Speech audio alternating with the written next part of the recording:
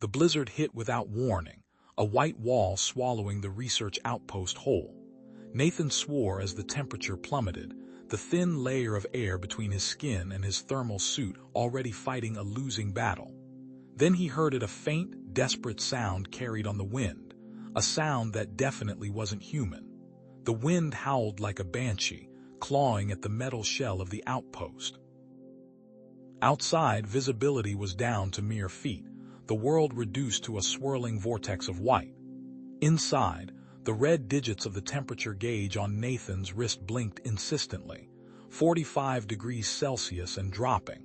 He shivered, the suit's heating elements working overtime, but unable to keep pace with the rapid temperature decline. He was supposed to be monitoring atmospheric conditions, not fighting for his life against a rogue weather system. The outpost was a lonely sentinel in this frozen wasteland, a cluster of prefabricated modules clinging precariously to the windswept plain. Miles of ice and snow stretched in every direction, unbroken save for the occasional jagged peak barely visible through the storm. The nearest human settlement was hundreds of kilometers away, accessible only by specialized vehicles or aircraft, neither of which would be flying in this. He almost missed the sound again, the wind a constant roar in his ears. But there it was, a thin, wavering cry like a wounded animal, except no animal he knew made that sound. It was higher pitched, almost musical, yet imbued with a distinct note of pain. It cut through the storm's fury, a desperate plea lost in the immensity of the Arctic wilderness. Against his better judgment and a direct order from Dr. Albright to remain inside during extreme weather events, Nathan grabbed his emergency beacon and headed for the door. Crazy, he muttered to himself, wrestling with the heavy, insulated hatch. Absolutely crazy. But the sound had burrowed its way under his skin, a nagging insistence he couldn't ignore. The wind slammed into him the moment he stepped outside, stealing his breath and stinging his exposed skin. He hunched his shoulders against the gale, activating the beacon's directional finder. The signal was faint, but it pointed him toward the west into the heart of the storm. Each step was a battle, the snowdrifts thigh-high, the wind trying to rip him off his feet. After what felt like an eternity, the beacon's signal strengthened. He stumbled, his foot catching on something buried beneath the snow. He went down hard, the wind whipping around him, momentarily disoriented. When he pushed himself up, he saw it. A figure collapsed in a snowdrift, almost completely buried. The figure was small, slender, and clad in a suit of some kind, a material that shimmered faintly beneath the snow. He brushed the snow away from the face, revealing skin the color of pale blue ice. It wasn't human, not even close. He knew, with a certainty that chilled him more than the Arctic wind, that whatever this was, it wouldn't survive long in this cold. Its breathing was shallow, ragged gasps, its body trembling violently. The suit it wore seemed to be failing, offering little protection against the extreme temperatures. Ignoring the biting wind and the protests of his own aching muscles, Nathan scooped the figure into his arms. It was surprisingly light, almost fragile.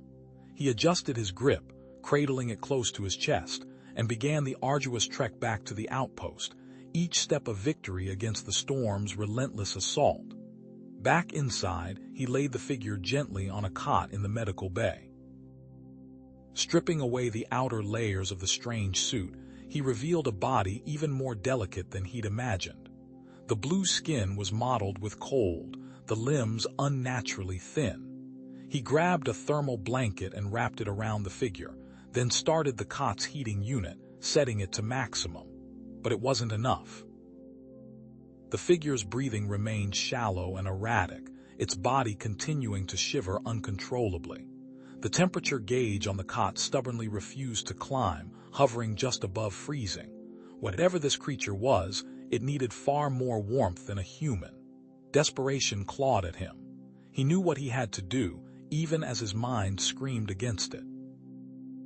He hesitated for only a moment, then unzipped his own thermal suit. The cold hit him like a physical blow, but he ignored it. He carefully positioned the alien Juno and then pulled the blanket around them both, holding her close, skin to skin, hoping to transfer enough of his own body heat to keep her alive. He felt a weak tremor against him, a fragile hand clutching at his back. He glanced down. Faint patterns glowed beneath her skin, intricate lines of bioluminescence that pulsed with a dim internal light. They flickered weakly like dying embers. Her internal temperature was still dropping. He could feel it. He couldn't maintain this level of exposure for long. He needed another way to warm her. But how? Then, a high-pitched whine cut through the air. It was coming from Juno's suit, a steady, insistent tone. He recognized it as a distress beacon, a non-human signal unlike anything he'd ever encountered. Was it a rescue call, or a homing signal alerting others to her location? He couldn't be sure. Juno stirred, her eyes fluttering open. They were large, luminous, and filled with a deep, unsettling intelligence. She coughed, a wet, rattling sound, and spoke a few words in a language he didn't understand. Then her gaze locked onto his, and he saw something flicker within those alien eyes. Fear. "Found you," Nathan muttered, his own teeth chattering. He shifted, trying to get a better grip, pressing his body against hers in a desperate attempt to transfer what little warmth he had left. His muscles screamed in protest, each shiver a fresh wave of agony. He could feel her skin, strangely smooth and cool to the touch, offering no resistance to the biting cold. A memory flickered, a heat lamp in the bioexperimentation lab, used to maintain stable temperatures for cellular cultures. It wasn't ideal, but it was better than nothing. He carefully disentangled himself from Juno, his movements sluggish with cold. Stay here," he managed, his voice raspy. He stumbled back towards the main lab, his vision tunneling. The heat lamp was there, thankfully, a bulky thing with a coiled filament radiating a dull orange glow. It was mounted on a flimsy, adjustable stand meant for Petri dishes, not for this. He wrestled with the stand, extending it as high as it would go, then carefully positioning it over Juno, mindful of the bare skin. The heat washed over him, a momentary reprieve from the encroaching cold. The lamp provided some relief. Juno's shivering lessened slightly, but Nathan noticed something else. Her skin, previously almost translucent, was becoming dry, almost papery. The heat was sucking the moisture out of her. He needed to address the humidity. He grabbed a stack of clean towels from a nearby supply cabinet and soaked them in lukewarm water from the sink. Wringing them out, he draped them carefully around the heat lamp stand, creating a makeshift incubator. The air around Juno became thick with moisture, a visible haze clinging to the cold air. Juno's breathing became a little more regular, less of a ragged gasp and more of a shallow sigh. The intricate bioluminescent tattoos on her skin, patterns he hadn't fully registered before, began to pulse with a faint, steady rhythm beneath her skin. They were a soft, emerald green, like light filtering through Arctic ice. Still, she remained unconscious. "Hey," Nathan whispered, kneeling beside her. "Hey, can you hear me? I'm Nathan, I'm trying to help you." He spoke slowly, enunciating each word as if she could somehow understand. There was no response, no flicker of recognition in her still face. He needed to communicate. The outpost had a universal translator, a bulky piece of equipment gathering dust in the comms lab. It was supposed to analyze and translate alien languages in real time, but it needed a language sample to calibrate. He'd never had a use for it before. Returning, he knelt again. Pointing to himself, he said clearly, "Nathan." Then, he gently touched Juno's arm, gesturing towards her. "You." He hoped she understood the concept of names, of individual identity. It felt absurdly simple, like teaching a child. Her eyelids fluttered. Slowly, with obvious effort, she opened her eyes. They were large and a startling shade of gold flecked with green. She focused on him, her expression a mixture of confusion and fear. "Nathan," he repeated, softer this time, reaching out to gently touch her hand. It was small, delicate, and surprisingly warm now. He tried to convey reassurance, a silent promise of safety. A single word escaped her lips, a sound unlike anything he'd ever heard. It was high-pitched, almost musical, with a series of clicks and trills that defied human phonetics. The universal translator, still uncalibrated, remained silent. But something in the way she said it, the inflection in her voice, made Nathan believe it was her name. He glanced at the Prilorian distress beacon, a small device near Juno's discarded gear. It was still sending out its signal, a repeating pulse of coded light. He checked it every few minutes, hoping for a response, a sign that someone was coming. But there was nothing. Only the endless, static-filled silence of the Arctic night. The door to the makeshift infirmary hissed open. Emily, another scientist at the outpost, stood in the doorway, her brow furrowed with concern. "Nathan, what's going on? The power grid is fluctuating like crazy." She stepped further into the room, her eyes widening as she took in the scene. Her mouth dropped open. What is that?" she stammered, pointing at Juno. "And what the hell are you doing with the bio-experimentation lamp?" "That's unauthorized use of equipment." "Emily, listen," Nathan said, rising to his feet. "I found her outside in the blizzard. She's not human. She's dying of hypothermia. I'm trying to save her." He gestured towards Juno, his voice pleading. "Please, you have to understand." Emily stared at Juno, then back at Nathan, her expression slowly shifting from shock to reluctant understanding. "Okay," she said slowly. "Okay, I see, but Nathan, you can't just bring an alien thing into the outpost without telling anyone. This is a major breach of protocol." She paused, chewing her lip. "All right, I won't say anything for now, but we have to report this. To Dr. G." "To Dr. Harding." "No," Nathan said sharply. "No, we can't involve Harding. He'll want to dissect her, experiment on her. He won't care about saving her life." Emily sighed. "Nathan, we don't have a choice. We're legally obligated to follow protocol. This is first contact. This changes everything." She turned to leave, her voice tight. "I'll contact Harding. We'll talk soon." Nathan swore under his breath, pivoting and snatching a medkit from the wall cabinet. Harding would be here any minute. Lockdown protocols. He grabbed nutrient packs, sterile bandages, and a portable oxygen tank, shoving them into a large backpack. Every second counted. He half-dragged, half-carried Juno towards the back of the lab. A cluster of deactivated seismic sensors offered the most immediate concealment, their tangled cables and bulky housings forming a partial screen. It wasn't ideal, but it would buy them time. The air back here was noticeably colder, the hum of the main lab's environmental controls fainter. Wrench in hand, Nathan attacked the access panel of the lab's single entrance. He jammed a metal strut into the locking mechanism, hoping to delay Harding, but he knew it was a futile gesture. The door was reinforced, designed to withstand extreme weather, not sabotage. Still, every second mattered. A violent cough racked Juno's frame. It sounded wet, painful. Nathan knelt beside her, his gloved fingers pressing against her throat, feeling for a pulse. Faint, thready. Her skin felt clammy despite the heat lamp, which he cranked up a notch, wincing as he did so. He couldn't risk burning her, but she was fading fast.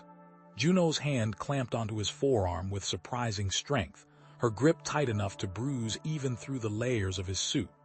A low, distressed whine escaped her lips, a sound like wind whistling through a broken pipe. "Easy, easy," Nathan murmured, misinterpreting her distress. He assumed the heat was becoming unbearable. He adjusted the lamp, backing it off slightly. "Just trying to help." She vocalized again, a series of short, guttural sounds that resonated deep in his chest. It was nothing like any language he'd ever heard. He realized with a jolt she was trying to communicate. He hesitated, then leaned closer, mimicking the sounds as best he could. "Juno," he repeated, the syllables feeling clumsy and foreign on his tongue. Her grip on his arm loosened slightly. A faint blue flicker pulsed beneath the translucent skin of her cheek, a subtle brightening of the bioluminescent tattoos there. She gave the barest of nods, almost imperceptible. Nathan pointed to his own head, then to her, hoping to convey the idea of understanding. Then he pointed to her arm, her leg, her stomach, each in turn, watching her face for any sign of discomfort. Juno's hand rose weakly, her slender fingers tapping her chest. Then she made a shivering motion, her arms crossed tightly. Cold. Despite the heat lamp, she was still freezing. Damn it. Nathan scrambled to his feet, rummaging through the emergency supplies. He remembered seeing a thermal blanket, the kind used for hypothermia victims. He found it tucked away at the bottom of a storage container, still sealed in its vacuum-packed wrapper. Ripping it open, he unfolded the shimmering silver material and gently draped it around Juno. A visible tremor ran through her body, then subsided. The bioluminescence on her skin intensified, the blue patterns glowing brighter against the silver blanket. She seemed to relax, her breathing becoming slightly less ragged. Beep, beep, beep. The lab door access panel. Harding. Nathan cursed, ripping the thermal blanket away and shoving it behind the seismic sensor housing. He dimmed the heat lamp, plunging the back of the lab into shadow. He needed to make her less visible, less obvious. The door hissed open. Harding strode in, followed by Emily, his face a mask of barely controlled fury. "Walker, what the hell is going on here?" Harding's voice boomed, echoing in the confined space. His eyes darted around the lab, taking in the altered setup, the scattered equipment. "Explain yourself." Nathan forced a casual shrug, trying to project an air of nonchalance he didn't feel. "Emergency repairs, Dr. Harding. The seismic sensors were acting up. I didn't want to bother you." He shifted his body, trying to block Harding's view of the concealed area. Harding wasn't buying it. He shoved past Nathan, his gaze sweeping the back of the lab. His eyes landed on the figure huddled behind the seismic sensors, shrouded in shadow. Juno. Harding's expression shifted, the anger replaced by a chillingly intense curiosity. "Repairs." Harding's voice dripped with skepticism, echoing in the small, metallic room. "You jury-rigged a thermal blanket with spare power couplings and claimed it was a complex system repair. The power fluctuations alone don't match your explanation." Emily, who had been silently observing Juno, turned, her expression unreadable. "It's certainly an interesting discovery, regardless of the circumstances, though I find it hard to believe this was an accident." "Her arrival, I mean." Harding ignored Emily's musings. "Walker, I want her isolated. Protocol dictates we conduct a full xenobiological assessment. We could be on the verge of a scientific breakthrough." "With all due respect, sir," Nathan countered, his voice tight, "she's extremely fragile. Isolating her now in her condition could be fatal. She needs immediate care, not observation." Harding's gaze hardened. Her needs are secondary to the potential knowledge she represents. Emily stepped forward, her brow furrowed. "Shouldn't we at least consider the ethical implications? Treating her as a lab specimen without understanding her physiology or culture seems premature." "Ethics?" Harding scoffed. "We're talking about the potential to revolutionize medicine, energy production, the future of humanity. A little discomfort is a small price to pay." "Discomfort?" Emily retorted, her voice rising. "We don't even know what constitutes discomfort for her. We can't just..." As Harding and Emily argued, their voices escalating, Nathan subtly adjusted the thermal blanket around Juno's shivering form, hoping to increase its effectiveness without drawing attention. He glanced at Juno's exposed arm. The intricate, bioluminescent tattoos that pulsed with a soft, internal light were now flickering erratically, dimming and brightening in an unsettling rhythm. Distress. He recognized the pattern, or thought he did. He just couldn't do anything about it openly. Harding swung back to Nathan, his eyes narrowed. "Walker, your research notes. I want a full schematic of these repairs you made. Now." Nathan swallowed, his mind racing. "Right, sir, the thermoregulator matrix. It utilizes a cascading feedback loop to modulate the ambient energy field." He rattled off technical jargon he barely understood himself, hoping it sounded convincing. Emily, seemingly losing interest in the argument with Harding, turned back to Juno. She knelt beside her, her voice soft. "Can you tell us where you came from? What was your mission?" Juno responded with a series of weak, trilling vocalizations, a complex melody of clicks and whistles that were completely unintelligible to Harding. Emily, however, seemed to understand. She says she came a long way," Emily said, turning back to Harding. "She needs medication of some kind, specific to her biology." Harding snorted. "Medication, that's convenient. Probably a manipulation tactic. I want a full diagnostic scan. Now, see what she's really made of." "Sir, the equipment hasn't been fully recalibrated since the storm," Nathan interjected, desperate to buy Juno some time. "The readings might be inaccurate." Harding glared at him, his patience clearly at an end. "Override. Prepare her for the scan, Emily. Now." His voice brooked no argument. Emily hesitated, her gaze flickering between Harding and Juno. Then, with a sigh, she reached for a scanner. As she leaned over Juno, positioning the device near her head, she whispered something in her ear, so quiet that Nathan couldn't make out the words. Nathan watched her, his mind churning. Was she an ally, or was this just another form of manipulation? As the scanner whirred to life, Juno's bioluminescent tattoos pulsed violently, bathing the small room in an eerie, pulsating light. A high-frequency sound, almost beyond the range of human hearing, emanated from her skin, causing a sharp, stabbing pain in Nathan's temples. He glanced at Emily. She winced, subtly touching her own head. Harding, however, seemed oblivious. Suddenly, a series of alarms blared from the scanner. Emily quickly deactivated the device, her face etched with concern. "Something's wrong with the equipment," she announced, her voice tight. "The readings are all over the place." Harding banged his head on the nearby console, his face flushed with anger. "Damn it. Fine. We'll move her to the secure observation room. I'm not letting this opportunity slip away." Harding barked. "Guards, secure Prilorian specimen Juno in observation room Gamma immediately. Standard level 3 containment protocols are in effect." Two hulking figures in sterile white suits moved to either side of the stasis pod, their faces obscured by tinted visors. As they began to wheel it away, Nathan, feigning clumsiness, stumbled directly into their path. "Whoa, sorry, didn't see you there." He braced himself against the pod, jostling it slightly. A high-pitched whine, almost imperceptible, emanated from within. Emily, standing nearby, seized the moment. "Wait, I think the thermal blanket's regulator just glitched." She hurried to the pod, fiddling with the controls. Her eyes met Nathan's, a flicker of something unreadable passing between them. Was she helping him or simply covering her own tracks? She subtly adjusted a dial on the control panel of the stasis pod before stepping back. "All set, carry on."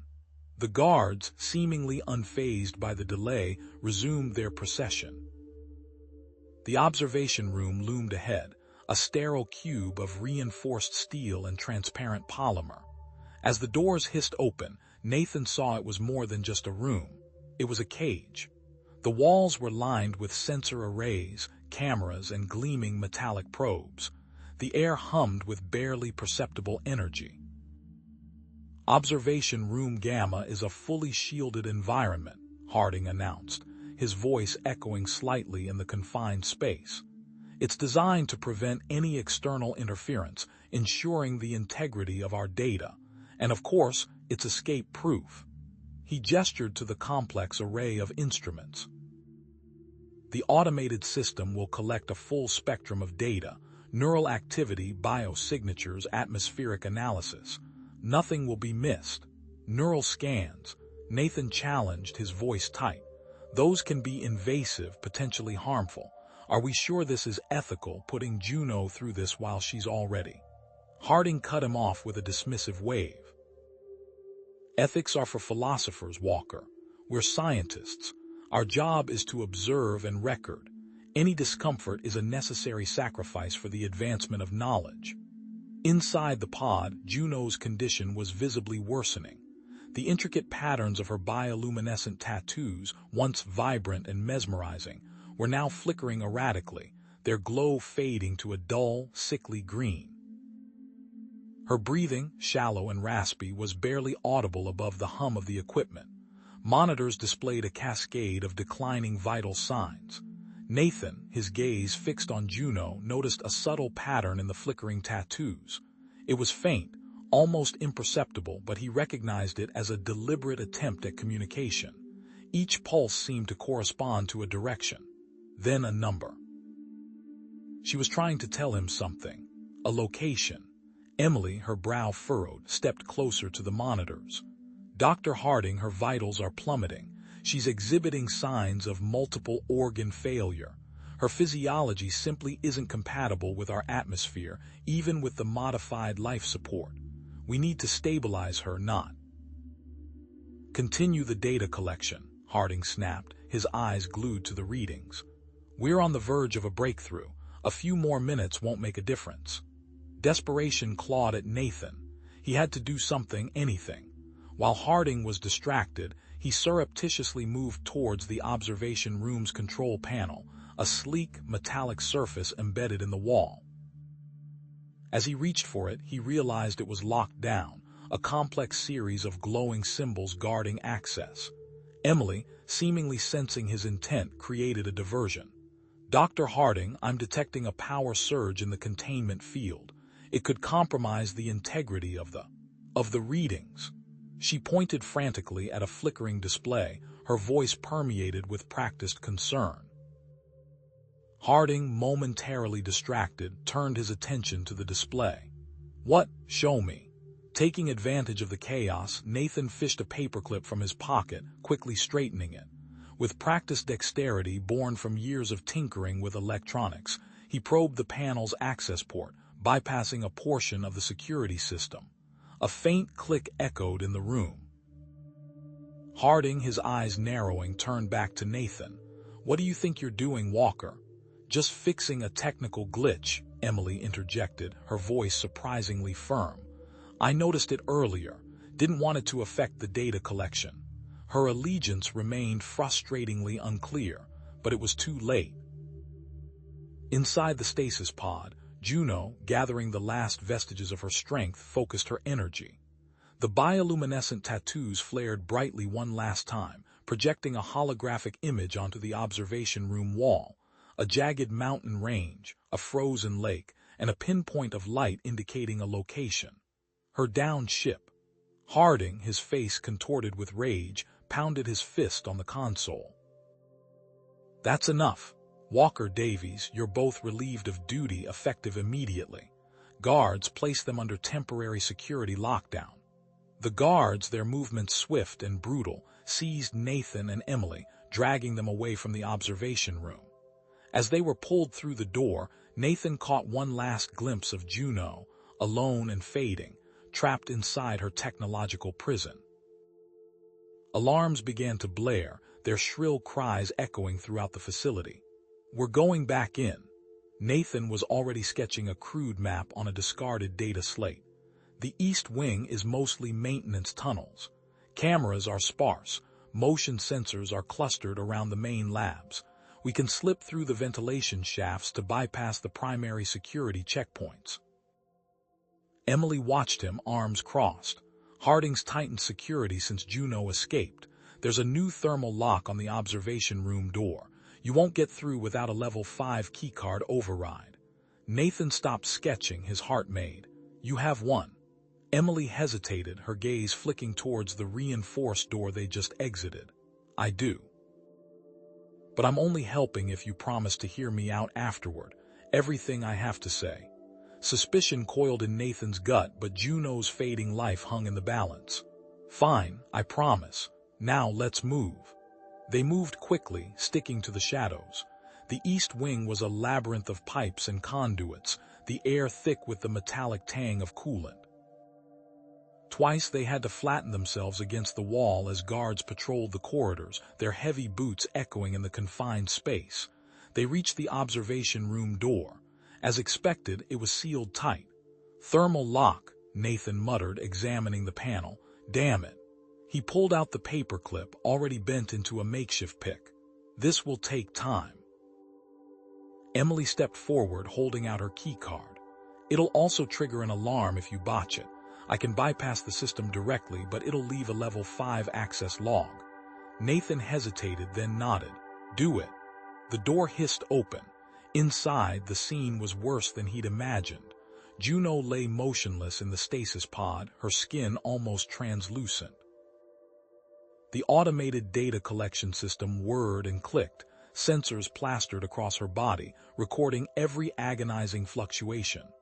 Harding, Emily spat, her voice infused with venom. She rushed to the control panel, her fingers flying across the interface.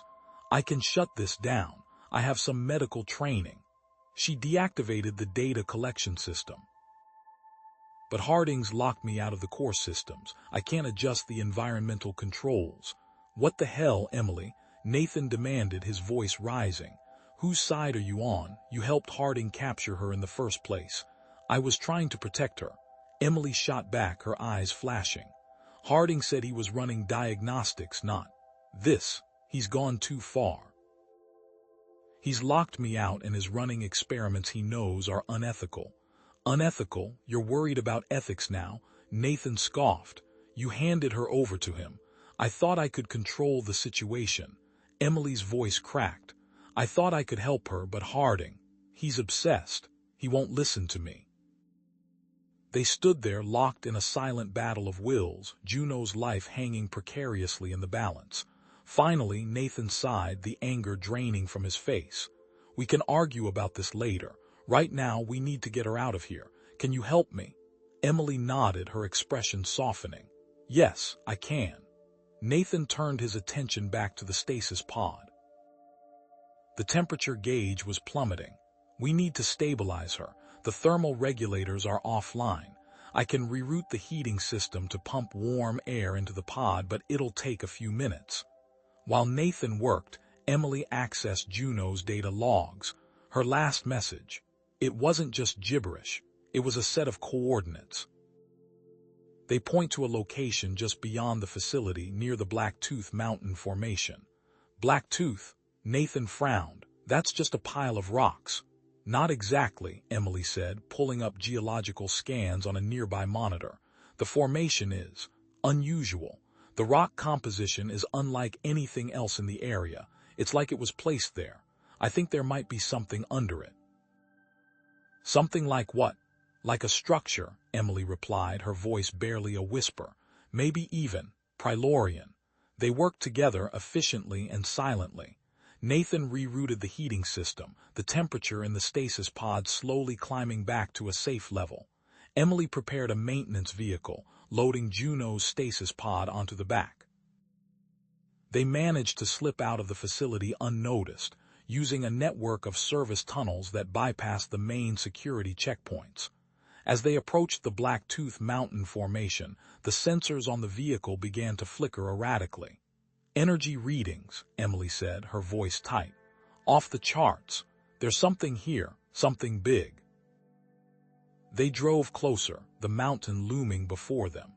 As they rounded a bend, they saw a shimmering distortion in the air, a cloaking device concealing a hidden entrance to an underground cave system.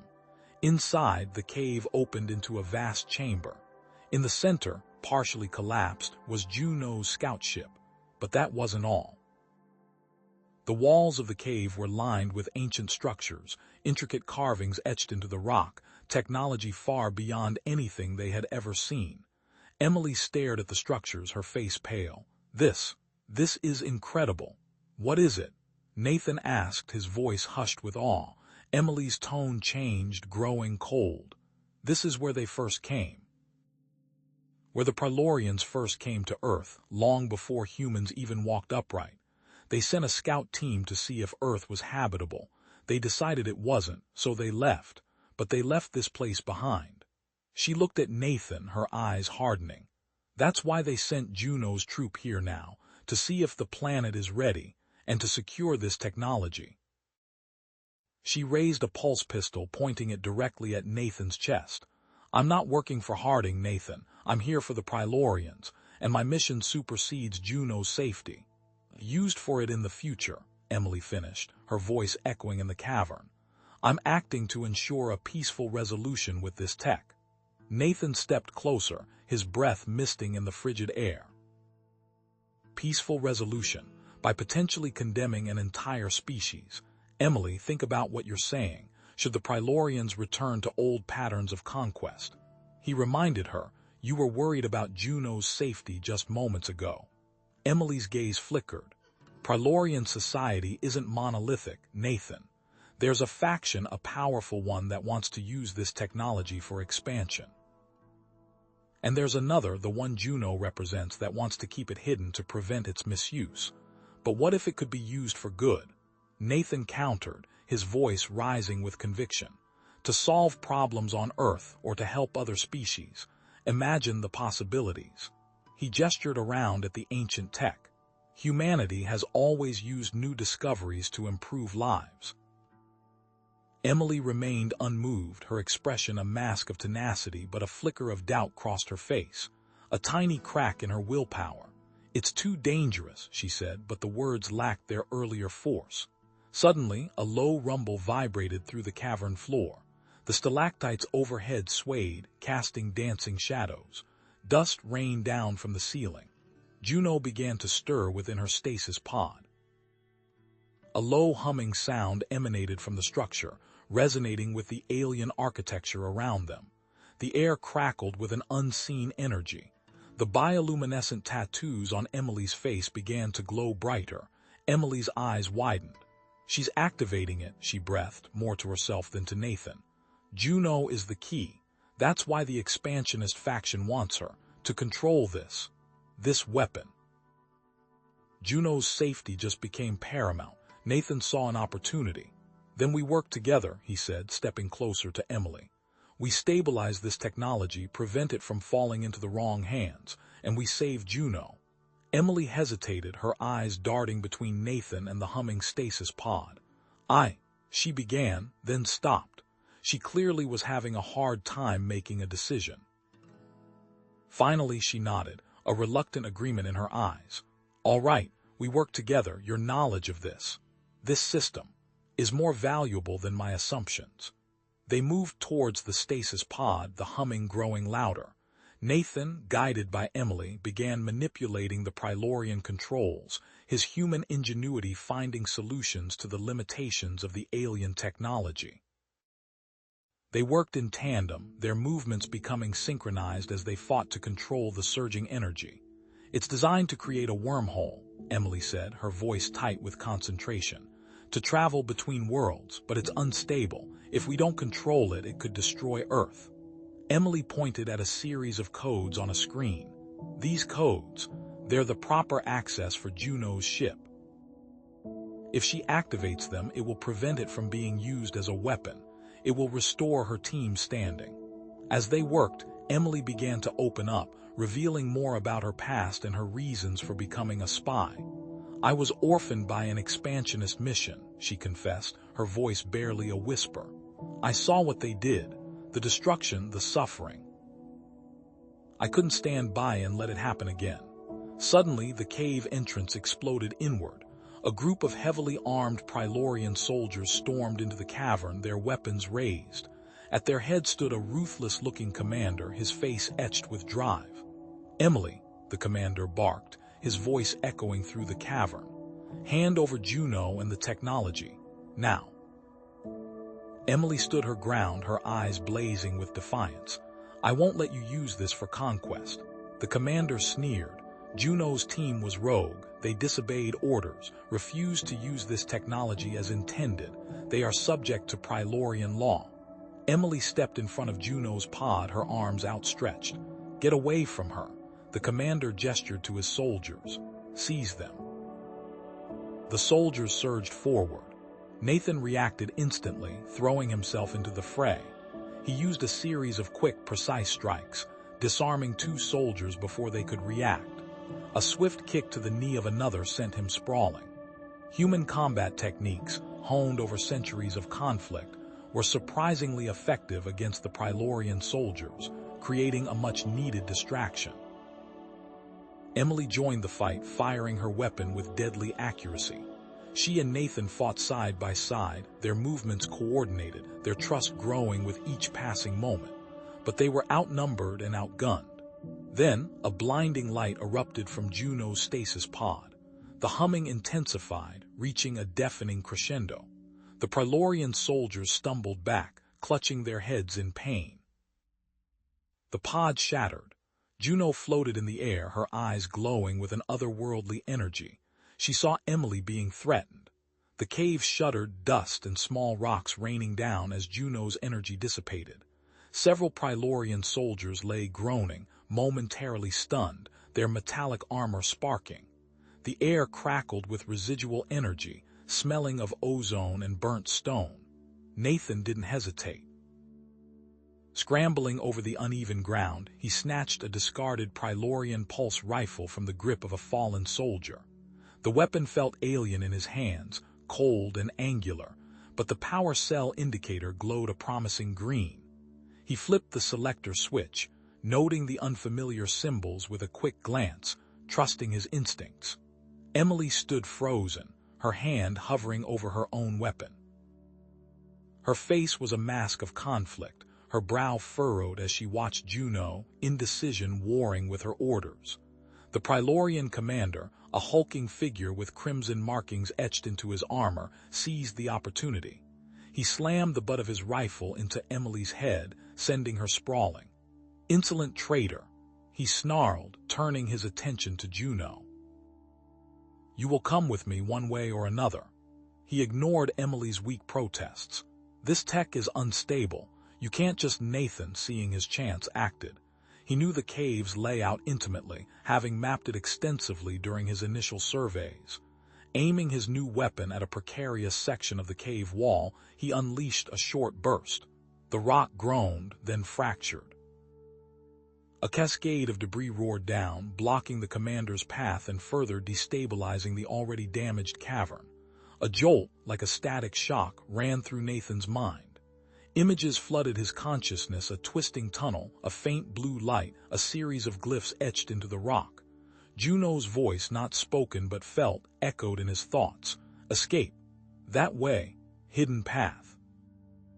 He looked at Juno and saw her bioluminescent tattoos glowing with a soft, inner light, tracing the path she'd shown him in his mind. "Emily, get up," Nathan shouted, grabbing her arm and hauling her to her feet. "Juno knows a way out. A hidden tunnel." Emily blinked, dazed but focusing. "A tunnel? Where?" "She showed me, trust me." He could see the doubt in her eyes, the ingrained obedience to her superiors. "They don't care about the tech's stability. They just want Juno. We need to get her to safety, somewhere we can stabilize it." Emily hesitated for another heartbeat, then nodded, a flicker of commitment replacing the confusion. "All right. Diversion. Prylorian squad tactics, level 4 engagement. I know how they'll react." She pulled a small grenade from her belt, activating it. "Flashbang, give us cover." Nathan hefted the Prylorian rifle, surprised by how easily it fit his grip.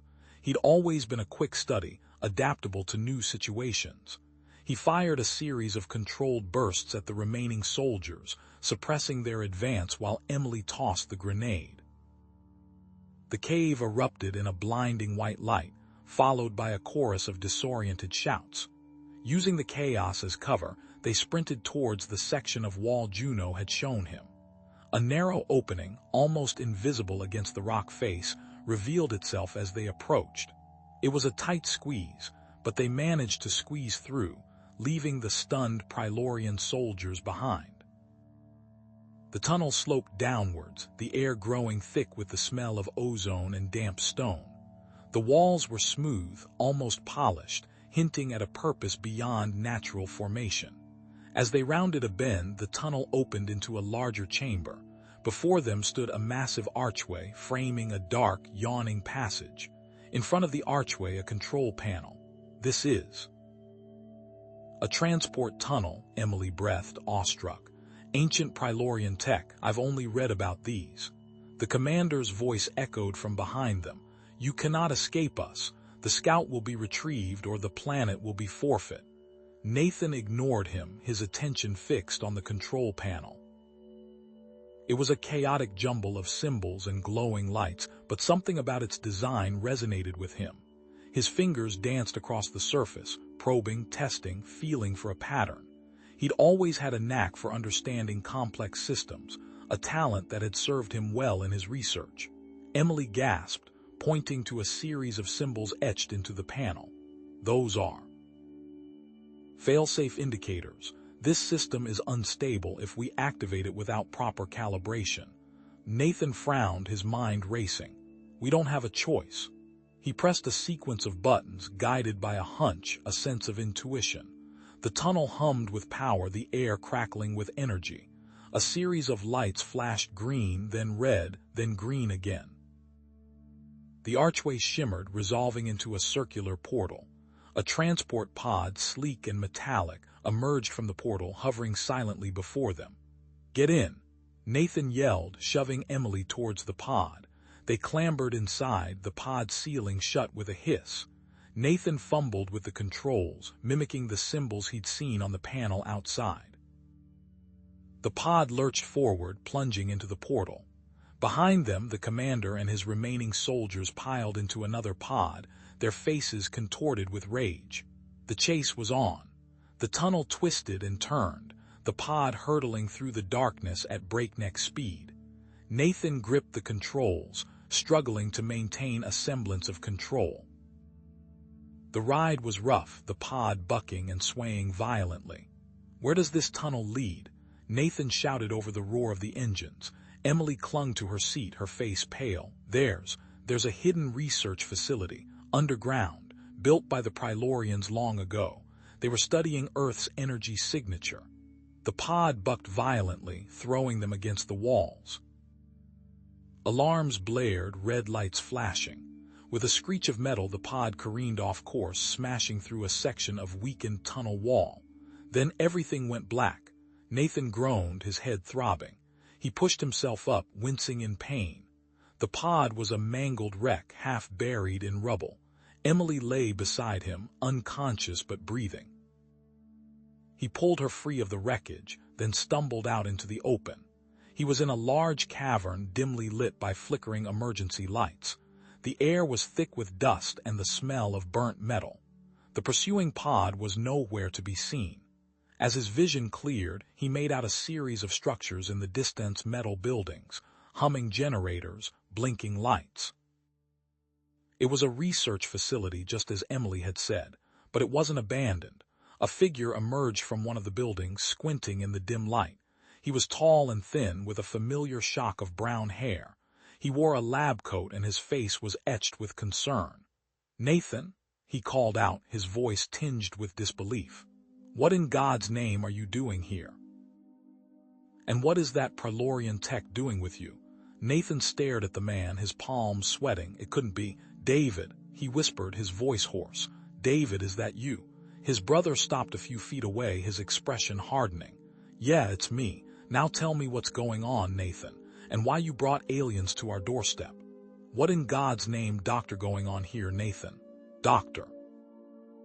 Mark Walker's voice boomed through the observation room, his eyes fixed on Juno, who sat shivering on the examination table. He was taller than Nathan, his features sharper, his demeanor more clinical. "An alien.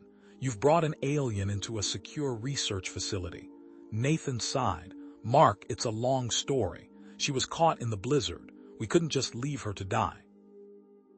Mark scoffed, pacing the room. "This facility is dedicated to studying Earth's geomagnetism, Nathan, not hosting intergalactic refugees. We're on the verge of a breakthrough in sustainable energy generation. This sideshow is a distraction." He gestured dismissively at Juno. "And that technology is probably pseudoscience at best." "That's not fair, Mark," Emily interjected, stepping forward. "I was there in the cave, her bioluminescent tattoos, the way she manipulated the ice crystals, it was incredible. They know things we don't even dream of." Friction sparked in the air between the siblings. Mark rounded on her, his DRCE tight. "With all due respect, Dr. Scott, you've only been here a few months." I've dedicated my life to this research. Involving extraterrestrials is reckless. We don't know the risks. What if she's carrying some kind of biohazard? What if her people come looking for her? Juno, despite her shivering, straightened her posture. A subtle flicker of concern rippled across her bioluminescent tattoos. Nathan, her thought echoed in his mind, clear and distinct. Something is not right here. They are hiding something. Mark turned back to Nathan, his expression softening slightly. Look, I understand your impulse to help, but we need to be cautious. I need to examine her, ensure her safety, and assess any potential risks to the facility. His gaze lingered on Juno, a glint of scientific curiosity or something else entirely in his eyes. Nathan hesitated, torn.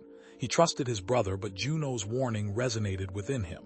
He met Juno's gaze, seeing a plea for trust. Okay, Mark, he conceded, but just a preliminary scan. No invasive procedures, and I'm staying with her. Mark nodded curtly. Agreed. Standard bioscan, nothing more. He gestured to a technician. Prepare the scanner. As the scanner whirred to life, bathing Juno in a cool blue light, alarms blared through the facility. Red lights flashed and a synthesized voice announced, containment breach. Level 3 lockdown initiated. Mark's face hardened. What the hell? The sensors detected a high concentration of unknown energy signatures, the technician stammered, pointing at the console. Prilorian energy. It triggered the alien contamination protocol. Mark's voice was grim. Seal off Sector 7. No one in or out. He turned to Nathan. I had protocols in place for exactly this kind of event. Emily, working furiously at her own console, looked up, her face pale. Mark, the lockdown protocols. They were modified just recently. Someone bypassed the standard security measures. Juno gasped, clutching her head. A wave of pain radiated from her, visible even in the rigid set of her shoulders. Her tattoos flared with chaotic patterns. Nathan rushed to her side. Juno, what is it? The field. It interferes. The technology. Destabilizing, she managed to transmit, her voice weak. Nathan glared at Mark. You knew this would happen, didn't you? This wasn't about her safety. It was about studying her technology. Mark's expression was cold. The potential benefits to humanity outweigh the discomfort of one alien, Nathan. Think of the energy crisis we could solve, the advancements we could make. At what cost, Mark? Her life? Nathan challenged, his voice rising. Enough!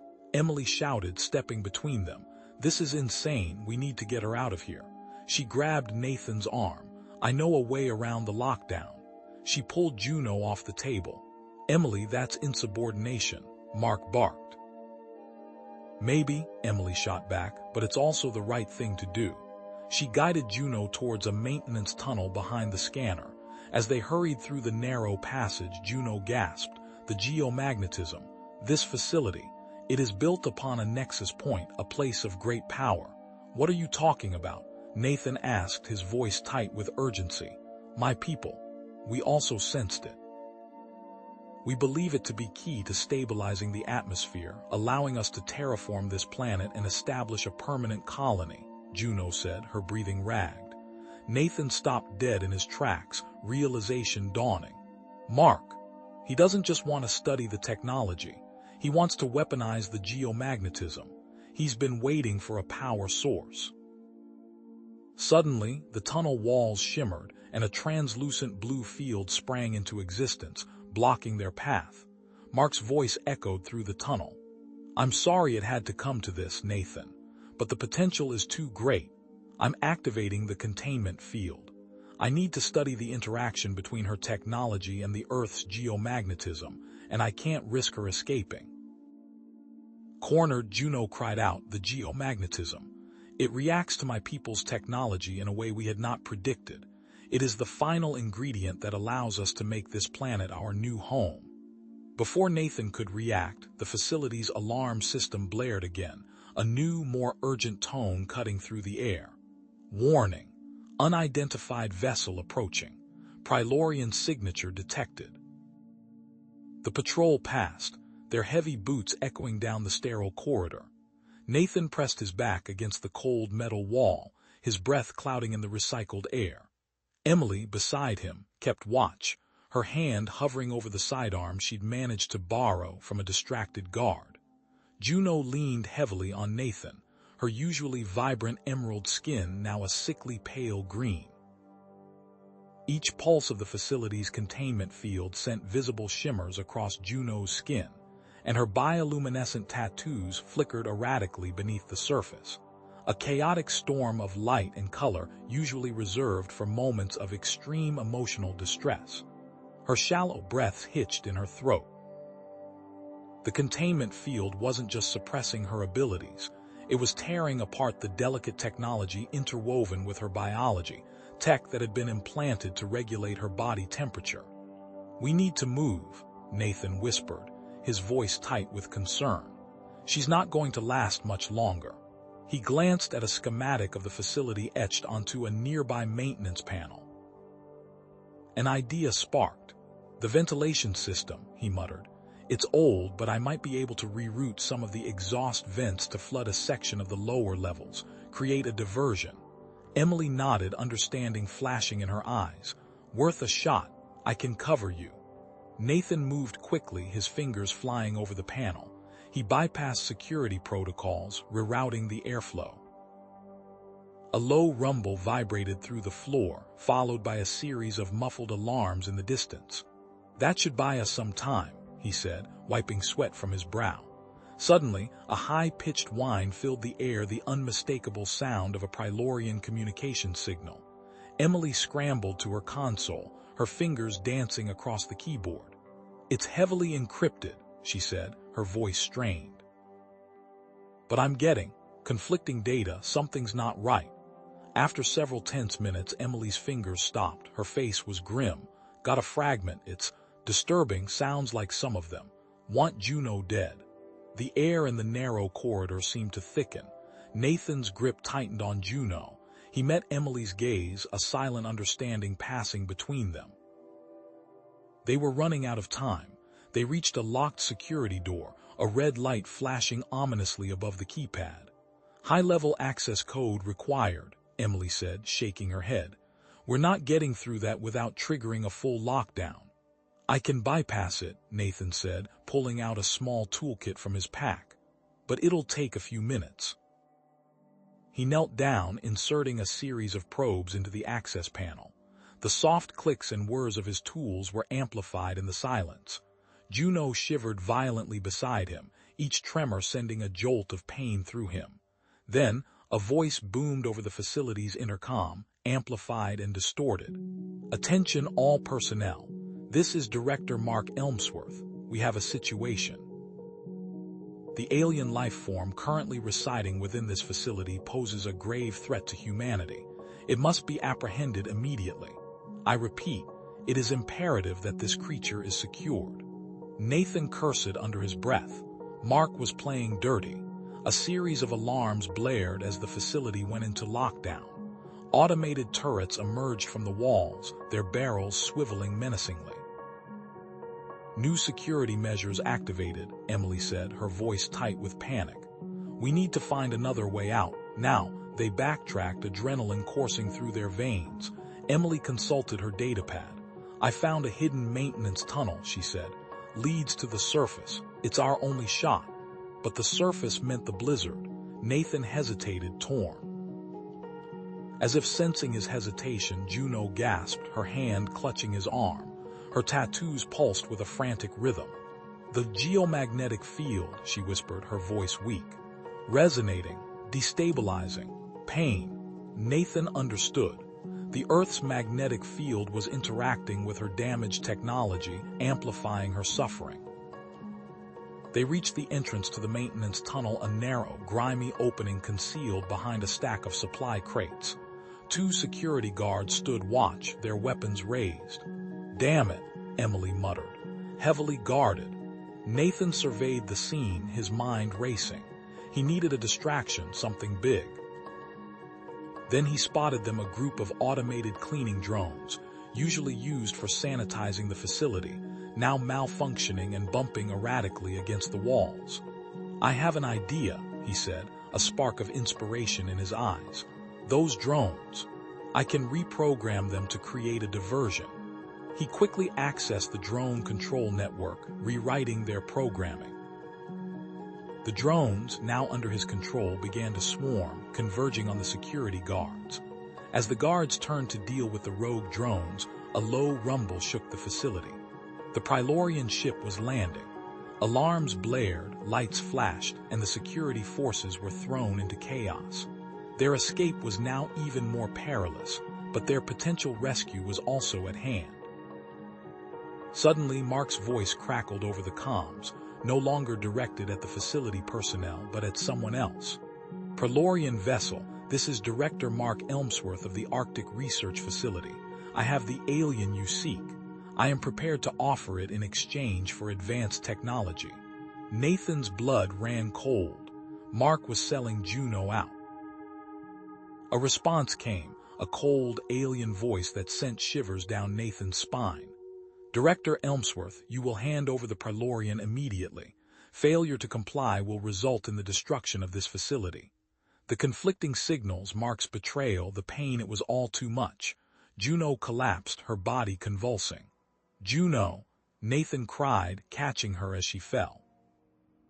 He and Emily struggled to lift her, her weight suddenly a crushing burden. They reached the surface, the biting wind and swirling snow hitting them like a physical blow. And there they were, caught between two forces. Mark, standing with a contingent of security guards and a group of heavily armed Prilorian soldiers emerging from the landed ship. A firefight erupted. Lasers flashed, bullets whizzed, and the air filled with the acrid smell of burning metal. Nathan and Emily were caught in the crossfire, Juno a dead weight in their arms. Amidst the chaos, Juno stirred, her eyes fluttering open. She looked at Nathan, her gaze intense. Her bioluminescent tattoos pulsed with a desperate plea. Trust. The lead, soldier, only he can save me. Her voice inside his head was weak, barely a whisper. Nathan hesitated, his mind turning. Trust the Prilorians. But Juno. He made a split-second decision. He gently lowered Juno to the ground, stood up and raised his hands in surrender, walking towards the lead Prilorian soldier. He glanced back at Emily, her face a mask of shock and betrayal. He had no idea what he was doing, but he had to trust Juno. He had to. The ground lurched beneath Nathan, throwing him against the cold metal wall. Juno groaned beside him, her breathing shallow. Ryland barked orders in Prilorian, his voice sharp and urgent. The firefight outside was already fading into the distance, the sounds of gunfire and shouting abruptly cut off. Emily watched the sleek black ship ascend, leaving a trail of superheated air in its wake. Betrayal twisted in her gut. Mark was gone and she was alone, stranded in the heart of a facility that was now a war zone. She could surrender, wait for Mark to return, but something felt wrong, deeply wrong. Her instincts screamed at her to run. Turning on her heel, she sprinted towards the maintenance tunnels, the familiar layout of the facility her only advantage. Inside the Prilorian ship, alarms blared. Her tech is destabilizing rapidly, Ryland said, his voice grim. At this rate, it will trigger a chain reaction within hours. He spared a glance at Nathan. We need to stabilize her quickly. Who are you? Nathan demanded, his voice tight with suspicion. What the hell is going on? Ryland's lips pursed. I am not part of the official scouting mission. I lead a covert rescue team. We were sent to retrieve Juno and prevent a disaster. The Prilorian Council didn't trust her mission or Mark's involvement. As if to punctuate his words, the ship shuddered violently. Red lights flashed. We are being pursued, Ryland announced, his hands flying across the control panel.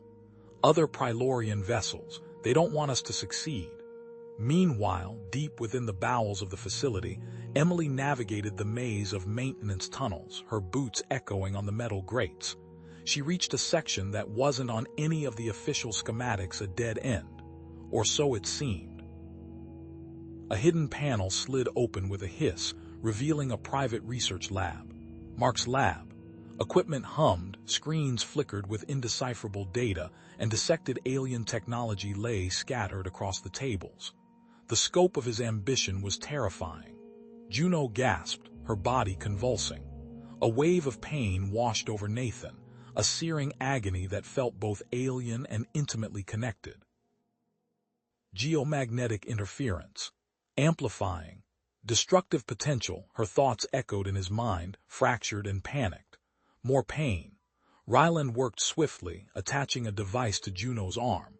A faint blue light pulsed across her skin, briefly illuminating intricate bioluminescent tattoos that snaked across her body, patterns of light that shifted and changed with her emotions. Ryland was fast, efficient. "This will only suppress the destabilization temporarily," he said, his brow furrowed. "It buys us time." Emily, amidst the chaos of Mark's lab, stumbled upon a hidden communication terminal. Ignoring the warning labels, she activated the system and sent a distress signal to Earth Central Command, reporting Mark's illegal activities and the presence of hostile Prilorians. She knew she was taking a massive risk, but she had to expose what was happening here. A deafening explosion rocked the ship. Alarms blared even louder. "Shields failing," Ryland shouted. "We've been hit." "Brace for emergency landing." The ship plummeted towards the ground, the landscape outside a blur of white. They crash-landed hard, the ship skidding across the snow before coming to a halt in a remote mountainous region. Nathan, bruised and disoriented, stumbled out of the wreckage. The blizzard raged around them, the wind howling like a banshee. "We need shelter," he yelled over the storm. "I know these mountains. There's a cave system not far from here." He pointed towards a jagged ridge barely visible through the swirling snow. "It's our best chance." Ryland, after a quick assessment of the ship's damage, contacted his ship again. "This is Ryland," he said, his voice clipped. "I have secured Juno. Walker was killed during the firefight protecting her. Requesting immediate extraction coordinates." He deactivated the comm, his expression unreadable. Juno, despite the emergency treatment, was growing weaker. The implanted tech. She whispered to Nathan, her voice barely audible above the wind. "It was designed to terraform planets, but it's malfunctioning. It will trigger a geomagnetic surge, destroying this region." Emily intercepted Ryland's communication. She couldn't believe what she was hearing. He was lying about Nathan. But why? What was his game? She had to find them. "The only way to stabilize her," Ryland said to Nathan, his eyes hard, "is to reach an ancient Prilorian artifact.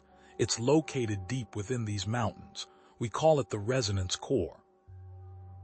As they prepared to leave the relative safety of the downed ship, Juno collapsed, her body racked with tremors. Her bioluminescent tattoos flared brightly, pulsing with an erratic energy. "I'm becoming a danger." To everyone, she projected to Nathan, her mental voice filled with despair. Emily, having hot-wired a snowmobile from the facility's garage, sped across the frozen landscape, following the tracks of the Prilorian ship. She was determined to uncover the truth, stop Mark from exploiting the alien technology, and find out why Ryland had lied about Nathan's death. Nathan and Ryland, carrying Juno between them, began their perilous journey through the blizzard-swept mountains. The wind tore at their faces, the snow blinded them, and the threat of pursuit by other Prilorians hung heavy in the air. The resonance core was their only hope, but the mountains were vast, the storm relentless, and time was running out. The terrain clawed at their progress, each upward step a battle against loose scree and biting wind.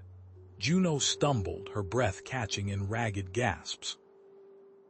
Nathan reached out, steadying her. Her skin felt like ice. The intricate patterns of her bioluminescent tattoos, usually a vibrant, shifting tapestry of blues and greens, were now mere flickers, dimming with each labored breath. "We need to rest," Nathan said, his voice tight with concern. "Juno's not doing well." Ryland, ever pragmatic, checked his chronometer. "We're close to the ridge. We can't afford to stop for long." He paused, his gaze hardening. "The resonance core. It's not just a stabilizer, it's also a key. a key to activating an ancient Prilorian defense system buried somewhere on this planet. Nathan frowned. A defense system? What are you talking about? A failsafe, Ryland insisted. In case of unforeseen circumstances. Unforeseen circumstances. Nathan challenged, his voice rising. Like weaponizing alien technology. What the hell, Ryland? You didn't mention anything about a weapon. Ryland's fists tight. It's not a weapon, not primarily. It's a deterrent, a last resort, against any potential threats to Earth. His gaze flickered away for a moment towards the snow-capped peaks in the distance. We can't risk another incident. Before Nathan could press further, a low rumble echoed through the mountains. A wall of white detached itself from the peak above, cascading down towards them with terrifying speed. Avalanche! Nathan yelled, shoving Juno behind a rocky outcrop. The world dissolved into a roaring chaos of snow and ice. When the snow settled, their path was gone, buried under tons of debris. The air hung thick with the smell of ozone and pulverized rock. Damn it, Ryland cursed, surveying the damage. We'll have to find another way around. Nathan pointed to a narrow, ice-choked crevasse. There, it's risky, but it's our only option. He tested the ice with his pickaxe, his movements precise and economical. Stay close. One wrong step and you're both going for a long slide. He led the way, his experience in mountaineering a stark contrast to Ryland's scientific expertise. The crevasse was a claustrophobic tunnel of ice, the air thin and frigid. Juno shivered violently, her tattoos almost completely dark. Suddenly, she gasped, her eyes widening with a strange, unfocused intensity. I see it, she whispered, her voice strained. The core, surrounded by a field, it drains life. Her eyes rolled back in her head and she slumped against Nathan. Juno, can you hear me? He shook her gently. Ryland rushed forward, examining her. It's just the altitude, her condition. She's delirious. But Nathan saw the flicker of hesitation in Ryland's eyes, a subtle confirmation that he knew more than he was letting on. Hours later, as they navigated the treacherous slopes, Emily's voice crackled over the comms. Nathan, I found something. A hidden research outpost built into the mountainside. What kind of outpost? Nathan asked, his voice tight. Mark's kind, Emily replied grimly. I've hacked into the security system. The logs. They detail his experiments with Prilorian technology. He's been planning this for a long time. The logs painted a chilling picture. Mark's obsession with weaponizing Prilorian technology, his relentless pursuit of power, his utter disregard for ethical boundaries. He'd been trying to create a weapon using Juno's tech as a template, a weapon capable of generating a devastating energy pulse. He knows about the resonance core, Emily continued, her voice urgent. There's a map of the region marking its location. He's headed there, Nathan. I'm sure of it. As dusk settled, casting long, menacing shadows across the snow, Nathan and Ryland stumbled upon an abandoned mining camp, a cluster of dilapidated shacks clinging precariously to the mountainside. They were battered and worn, but offered a respite from the wind. After settling Juno in one of the least damaged shacks, Nathan watched Ryland as he busied himself with his equipment. When he was sure Ryland was asleep, Nathan moved closer, his heart pounding in his chest. He examined Ryland's pack, carefully unzipping a side compartment. Inside, nestled amongst power cells and diagnostic tools, he found it, a small, encrypted data chip. He plugged it into his own device, bypassing the security protocols with practiced ease. The screen flickered to life, revealing a coded message written in Prilorian. It spoke of a plan, a long-term strategy, a Prilorian plan to claim Earth. He found Ryland outside the shack, staring up at the star-dusted sky. What is it, Nathan? Nathan held out the data chip. Care to explain this? Ryland paled but quickly recovered. That's an old communication, a fringe group. They see Earth as a potential colony, nothing more. And you? Nathan pressed, his voice hard. Do you see Earth as a potential colony, Ryland? No, Ryland insisted, his eyes pleading. I swear, Nathan, I'm trying to protect both our worlds. Suddenly, the silence was shattered by the crackle of energy weapons. Red beams sliced through the air, impacting against the shacks. Prylorian soldiers emerged from the shadows, their faces grim, their weapons trained on Nathan and Ryland. At their head stood a figure clad in black armor, her eyes burning with cold fury. Ryland, she snarled, her voice a harsh rasp. You are charged with treason. Hand over the scout. Zara, Ryland said, his voice strained. This doesn't have to end this way.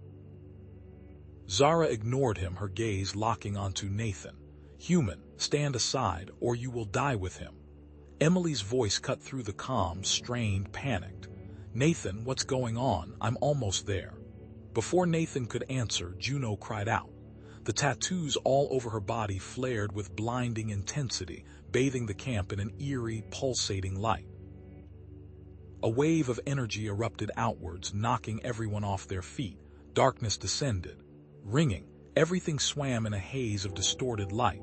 The air tasted of ozone, sharp and metallic. Nathan blinked, trying to focus.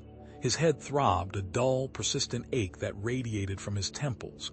He was lying on the cold metal floor of the shuttle, limbs heavy and unresponsive. Juno, Zara, Ryland, they were all still out. He pushed himself up, wincing as pain shot through his left arm. It hung at an unnatural angle, dislocated, maybe broken. A metallic clang echoed through the shuttle. Nathan saw Zara's soldiers already on their feet. They moved with a swift, practiced efficiency, their violet eyes scanning the cabin. One of them approached Juno, who was still unconscious, and clamped a device onto her wrists. Restraints, designed to suppress her powers. Prylorian tech, undoubtedly.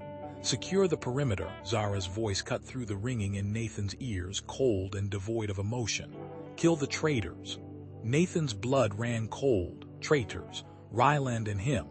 Zara considered them threats. The soldiers turned towards Ryland, who was groaning as he tried to sit up, and then towards Nathan. Zara, wait.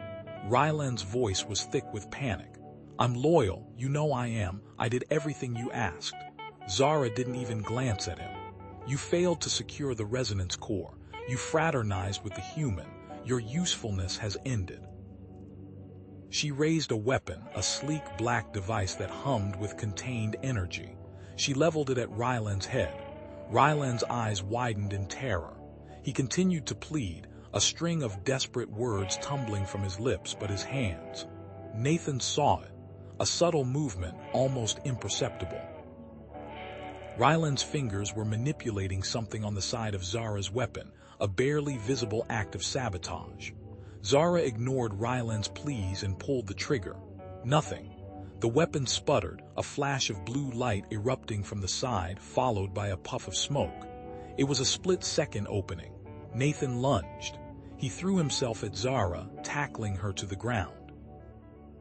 The move was clumsy, desperate, fueled by adrenaline and a primal need to protect.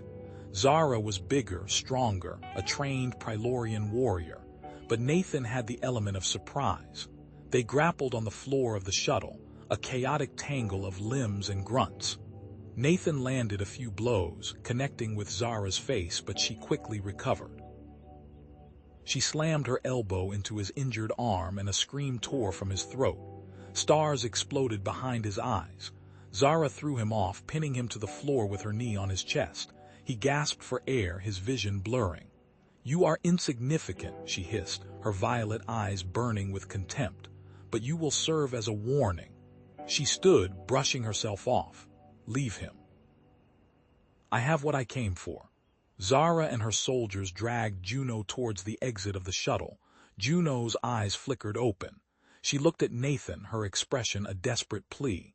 He saw the fear, the confusion, the betrayal. Then she was gone. The shuttle doors hissed shut, leaving Nathan and Ryland alone in the cold silence. Ryland scrambled to his feet and rushed to Nathan's side, his face etched with concern. Nathan, are you all right? I'm so sorry. I tried to protect her, I swear. He began to examine Nathan's wounds, his touch surprisingly gentle. Nathan pushed him away, wincing. "Protect her, you were working with them." He spat on the floor. "Don't give me that. What was that message?" "The one you saw on my equipment." Ryland sighed, running a hand through his disheveled hair. It wasn't what you think. There's a rogue faction within the Prilorian military. They believe Earth is now habitable, thanks to Juno's initial report. They intend to exploit its resources. The message alluded to their plans to weaponize the resonance core. As if on cue, Nathan's comm crackled to life. It was Emily. "Nathan, are you there? I've located Zara's ship. They're headed to a hidden Prilorian base, deep within the mountains. I can send you the coordinates. I'm here to help." Before Nathan could respond, she continued, "I also picked up another signal heading towards the base. It's Mark. He's probably trying to steal the resonance core for himself." Ryland's eyes widened. "Mark, he doesn't understand what he's dealing with. The resonance core isn't just a weapon, it's a key. It can control Juno's powers. Zara intends to amplify her abilities to devastating levels." Nathan's mind raced. Juno's energy pulse. It wasn't a malfunction, it was her powers awakening. And Zara intended to weaponize her before she even understood what was happening. She's going to turn her into a weapon. He looked at Ryland, his face grim. He didn't trust him, not completely, but he needed him. "All right, I don't like it, but I need your help. We have to save Juno and stop Zara." With Emily guiding them remotely, Nathan and Ryland started towards the Prilorian base, the coordinates burning in Nathan's mind. As they approached the mountain range, a massive energy signature erupted from within, bathing the landscape in an eerie, violet glow. Zara had already begun. "So we recalibrate the frequency modulator to bypass their sensor grid," Nathan whispered, his fingers flying across the small device. "It's a gamble, but it's the only way to stay off their radar long enough to reach Juno." Ryland nodded, his face grim. "Agreed. Even with the altered energy signature, any direct approach is suicide." Emily's schematics indicated a less guarded access point, a maintenance tunnel used for geothermal energy regulation. "Geothermal?" Nathan frowned. "That sounds risky. High risk, high reward. It's their primary power source. Minimal security but extreme temperatures and unstable geological formations." And Ryland reached into his pack, producing a sleek, dark device. "This will help." He handed it to Nathan. "A Prilorian cloaking device. I've managed to adapt it for human use, but it's temperamental. You'll need to recalibrate the internal regulators to match your biosignature. Human physiology isn't exactly their design spec." Nathan examined the device, a spark of ingenuity igniting in his eyes. "Give me a few minutes." He worked quickly, his fingers deft and precise, modifying the device with tools from his pack. They reached the entrance to the maintenance tunnel, a gaping maw in the rock face, radiating heat. As they stepped inside, the air grew thick and heavy, the smell of sulfur acrid in their nostrils. The only light came from the glowing moss clinging to the tunnel walls, casting eerie shadows. Suddenly, a low hum filled the air. Automated security drones, their optical sensors glowing red, emerged from the darkness. "Damn!" Ryland hissed. Nathan reacted instantly. Drawing a small disruptor pistol, he fired a series of calculated shots, targeting the drone's power conduits. He moved with a speed and precision born of countless hours studying human military history, guerrilla warfare tactics adapted for alien technology. One by one, the drones sputtered and fell, their humming silenced. They pressed on, deeper into the tunnel. As they rounded a corner, they overheard the voices of Prilorian guards. "Zara is pleased with Juno's progress. She intends to use the resonance core on her within the hour." The resonance core, but that's insane, the energy output. Nathan exchanged a look with Ryland. An hour, they were running out of time. Ryland's face was tight, his mind focused. "That voice, that's Goran. He was Zara's lead scientist before. Before I left, he's always been ambitious and cruel. He enjoys the experiments. A flicker of something dark anger perhaps crossed Ryland's face, further clouding his already ambiguous nature. "We need a diversion," Nathan said, his mind racing. "Something big. Ryland, you know this base. What can we hit that will cause maximum chaos?" Ryland hesitated, then pointed down the tunnel. "There's a junction in the geothermal system, about 50 meters ahead.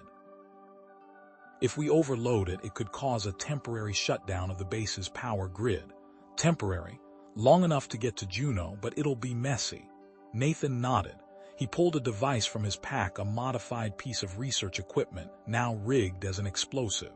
"I can overload the junction. Give me the specs." Ryland rattled off a series of technical details, his voice precise and focused. Nathan input the data into the device, his brow furrowed in concentration. "Okay," Nathan said finally, "ready to go." He armed the device. Ryland's eyes narrowed. "Wait, you've miscalculated the energy dispersal rate. It'll create a feedback loop. The explosion will be contained, minimal effect." He quickly adjusted the settings, his movements almost imperceptible. Nathan stared at the device, then back at Ryland, a flicker of suspicion in his eyes. "Thanks," he said, his voice carefully neutral. They placed the device at the junction and retreated to a safe distance. The explosion was deafening. The tunnel shook and the lights flickered and died. Alarms blared throughout the base, but something else happened. As the power grid faltered, Juno experienced a surge of energy. A voice, clear and strong, echoed in Nathan's mind. "Nathan, it's me, Juno. Zara is in her lab level 3, but be warned. The security measures around her are amplified." "Did you hear that?" Nathan asked, his eyes wide. Ryland nodded slowly. "Telepathic communication. Impressive." They moved quickly through the chaos, using the darkness and confusion to their advantage. But the Prylorian guards were still a threat. They rounded a corner and found themselves face to face with a squad of heavily armed soldiers. Nathan didn't hesitate. He charged forward, his movements fluid and deadly. He used a combination of martial arts techniques and close-quarters combat skills, disabling the guards with swift, precise strikes. Ryland covered his back, providing support fire with his disruptor pistol. They reached a security checkpoint, a heavily fortified door with a complex locking mechanism. "There's a hidden security bypass," Ryland said, pointing to a panel on the wall. "But it's extremely risky. It could trigger a full lockdown." Nathan studied the panel, his mind working quickly. "What's the risk? Why haven't they used it?" Ryland hesitated. "It's unstable. If we activate it, there's a chance it could overload the entire security system, but it could also give us access to Zara's lab." "So, it's a gamble," Nathan said, his voice calm and logical. "But the alternative is a direct assault, which is a guaranteed failure. We need to take the chance. Besides," he added, a hint of reverse psychology in his tone, "I thought you were the expert on Prylorian technology. Surely you can handle a little instability." Ryland hesitated for a moment longer, then nodded. "All right, let's do it." He activated the bypass. The door hissed open, revealing Zara's lab. The scene inside was horrifying. Juno was strapped to a table, her eyes wide with pain.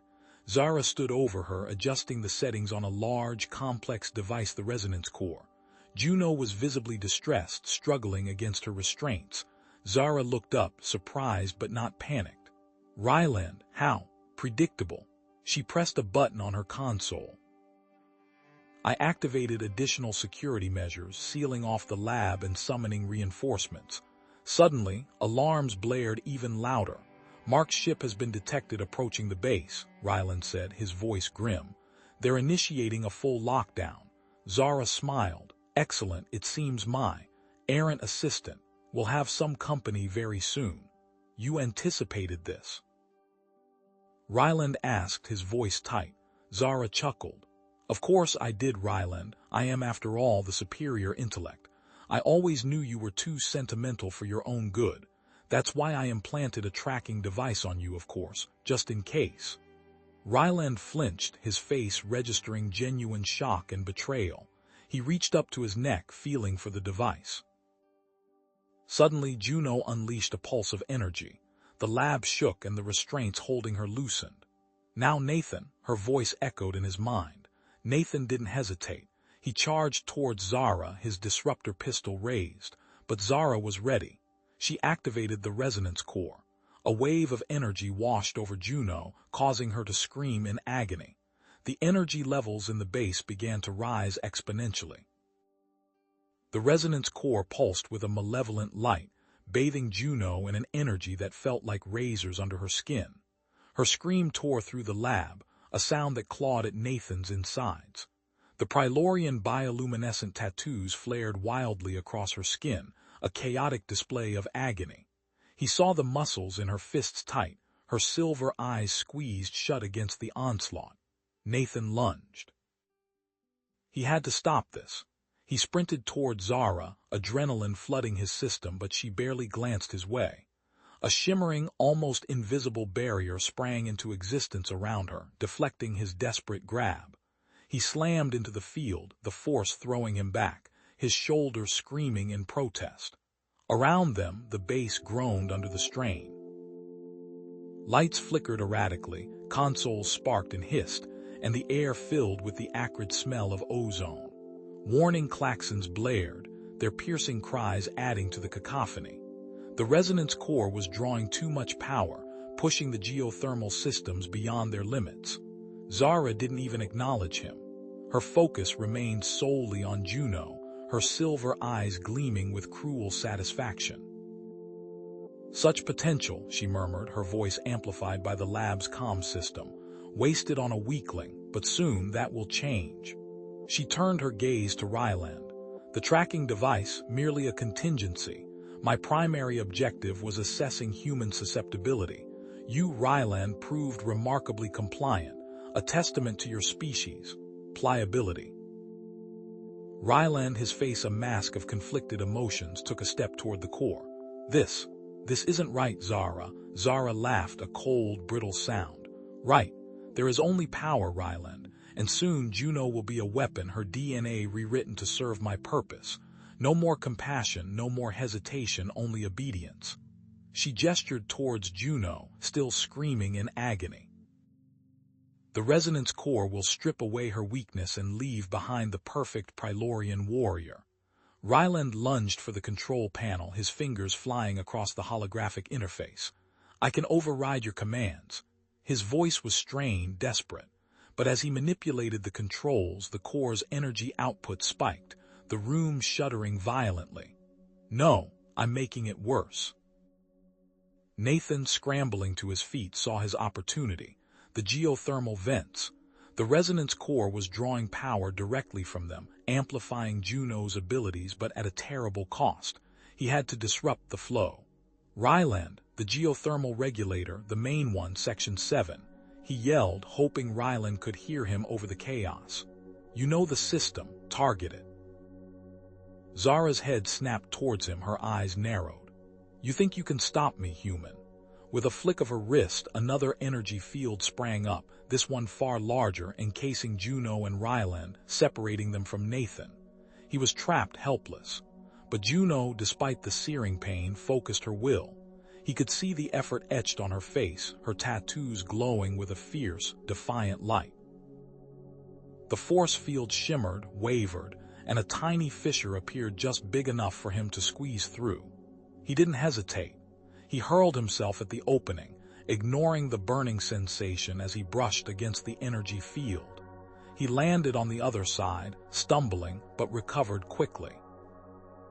He grabbed the modified energy weapon he'd acquired from the armory and aimed it at the geothermal regulator Ryland had identified. He fired. The regulator overloaded with a deafening shriek, a localized energy surge erupting in a shower of sparks. The resonance core flickered, its hum faltering, its oppressive energy momentarily receding. Just then, a deafening crash echoed from outside. The base lurched violently. A voice crackled over the comm system, panicked and distorted. "Zara, we've got a situation, marked ship." He crashed near the entrance. "We're under attack." Zara cursed, her perfect composure momentarily shattered. "Reinforcements, now." She turned back to the resonance core, her expression hardening. I don't have time for this. The process is destabilized. I have to initiate the failsafe. Failsafe. Nathan's blood ran cold. What failsafe? If the resonance core becomes unstable, Zara explained, her voice devoid of emotion, it will overload. The resulting explosion will destroy this entire facility. Everything. Juno's eyes widened in horror. She knew what Zara was planning. With a surge of desperate energy, she reached out to Nathan, a telepathic wave washing over him, a surge of Prylorian strength and drive. It felt like a jolt of lightning burning through his veins, amplifying his senses, sharpening his reflexes. He felt stronger, faster. He roared, a primal sound born of desperation and newfound power. He slammed into Zara's energy shield, the amplified force shattering the barrier. He lunged, grabbing Zara by the arm, intending to drag her away from the core, away from the impending explosion. But with a smug smirk, Zara activated a small device on her wrist, a personal teleportation unit. In a flash of light, she vanished. The resonance core began to glow with an unbearable intensity, the air crackling with energy. Ryland, trapped near the core, screamed, his voice lost in the escalating chaos. There was no time. Nathan grabbed Juno, hauling her towards the relative safety of the lab's reinforced doorway, his every muscle screaming in protest. The base, however, was beyond saving. The self-destruct sequence was initiated. The entire facility was now on a collision course with oblivion. The resonance core exploded, not with a bang, but with a silent, blinding flash that bleached the world white. Then came the pressure, a physical fist slamming into Nathan's chest, stealing his breath. He threw himself forward, an instinctive act, his body a shield against Juno, a shimmering, translucent barrier of violet energy erupting from his skin, a fleeting echo of the energy Juno had transferred. The lab, the concrete, the equipment all vaporized. The shockwave, raw and untamed, ripped through the base, a roaring avalanche of displaced air and shattered metal. Nathan tasted blood, felt the world spin. He blinked, vision swimming, and saw Juno sprawled beside him, unconscious but breathing. Further away, a twisted heap of metal and concrete Ryland. Alarms blared, strobing red light painting the scene in frantic pulses. The base groaned, a wounded animal, its structural integrity failing. Emergency systems flickered and died, plunging sections into darkness. Zara's voice, cold and triumphant, crackled over the comms. Lockdown initiated. Sections 7, 8, and 9 sealed. Enjoy your tomb, Nathan. Nathan crawled towards Ryland, the air thick with dust and the acrid smell of ozone and burning metal. Ryland, can you hear me? A weak groan. Nathan, I'm here. Trapped. Reaching Ryland meant navigating a corridor that was actively collapsing.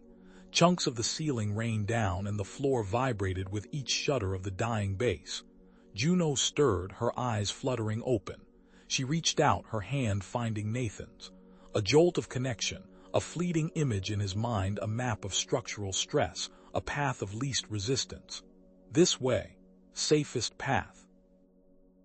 I can feel it. Her voice was weak, a bare whisper in his mind. He trusted her, he had to. He followed Juno's telepathic guidance, weaving through the collapsing corridor, narrowly avoiding falling debris. He reached Ryland, finding him pinned beneath a massive section of reinforced ceiling.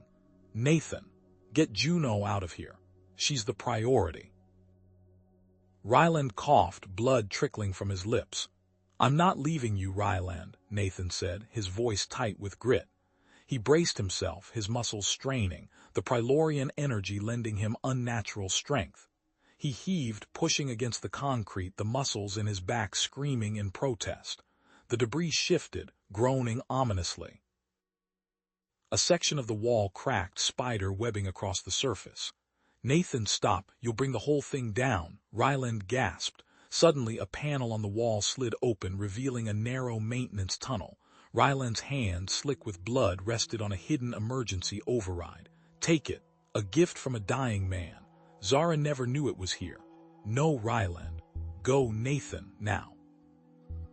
Before it's too late, save her." Tears stung Nathan's eyes. He knew Ryland was right.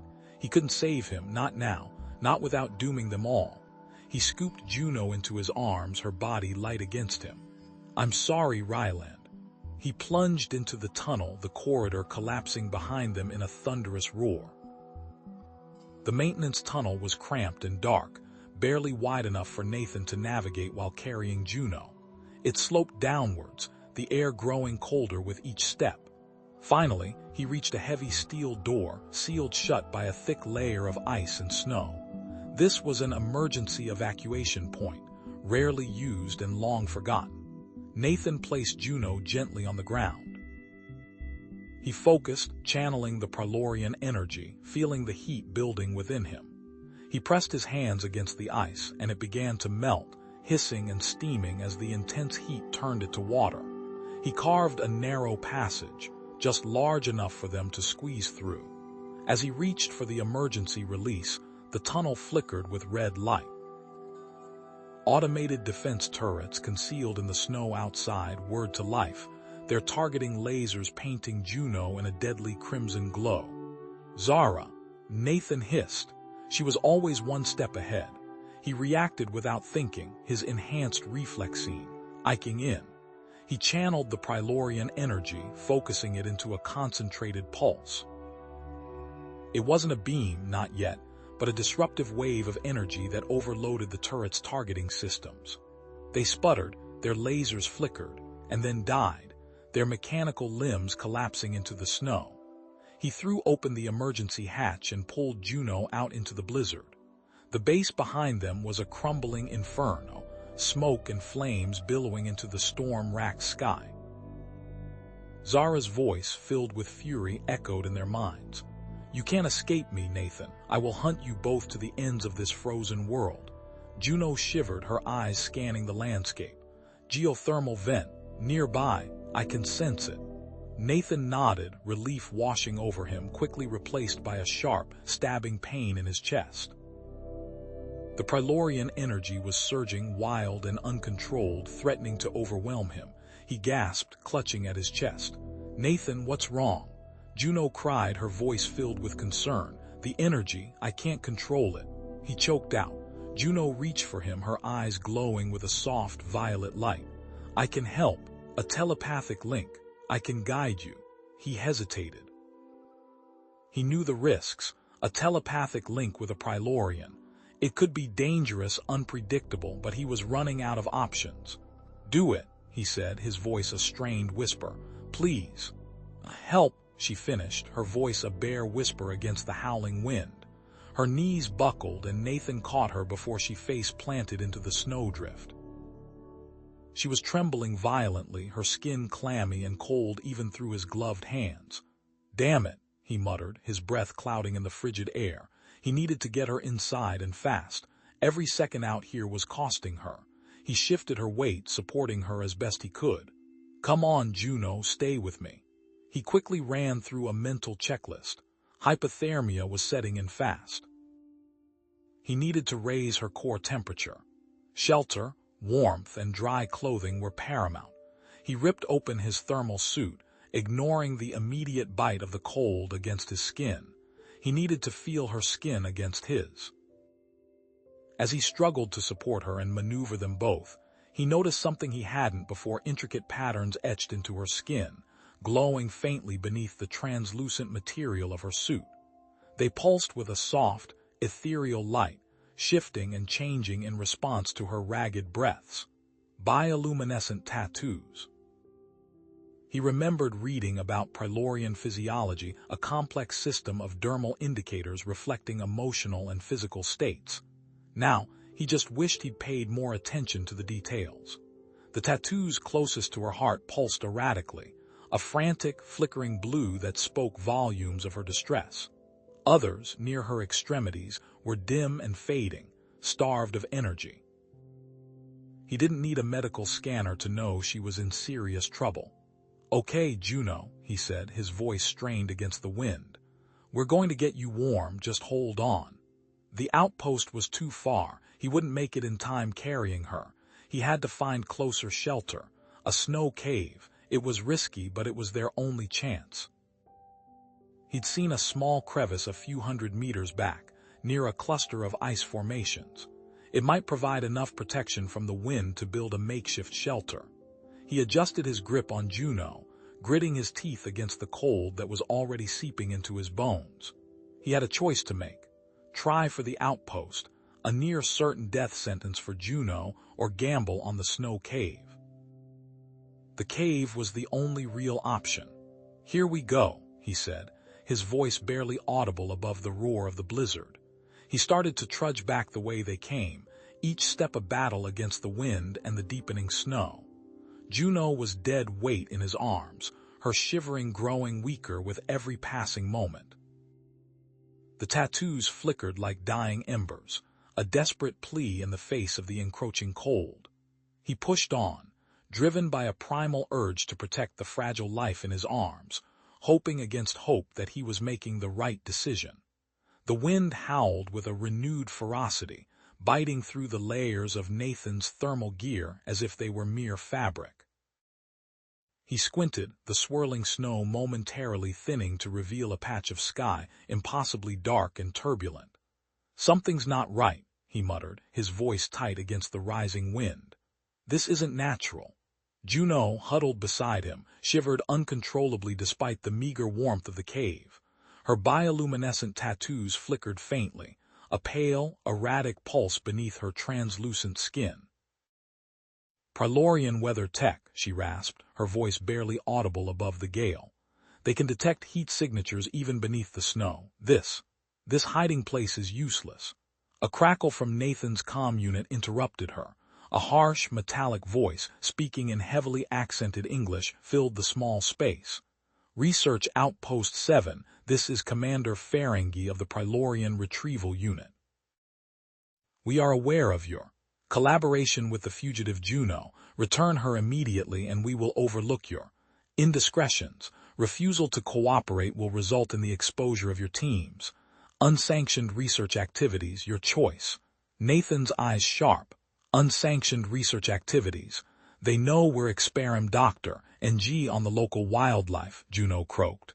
"Doctor." Aris must have contacted them. As if on cue, Aris's voice, permeated with a venomous calm, echoed through Nathan's comm. "Nathan, report to my office immediately. Juno will be placed in secure containment until the Prylorians arrive. Do not attempt to interfere." Nathan met Juno's gaze. Her tattoos pulsed with a frantic, desperate energy. "I can't let them take you," he said, his voice low and resolute. "You have no choice, human. They will destroy this place." "I do have a choice," Nathan said, standing up, "and I choose you." He keyed his comm. "Aris, I'm on my way." He turned back to Juno.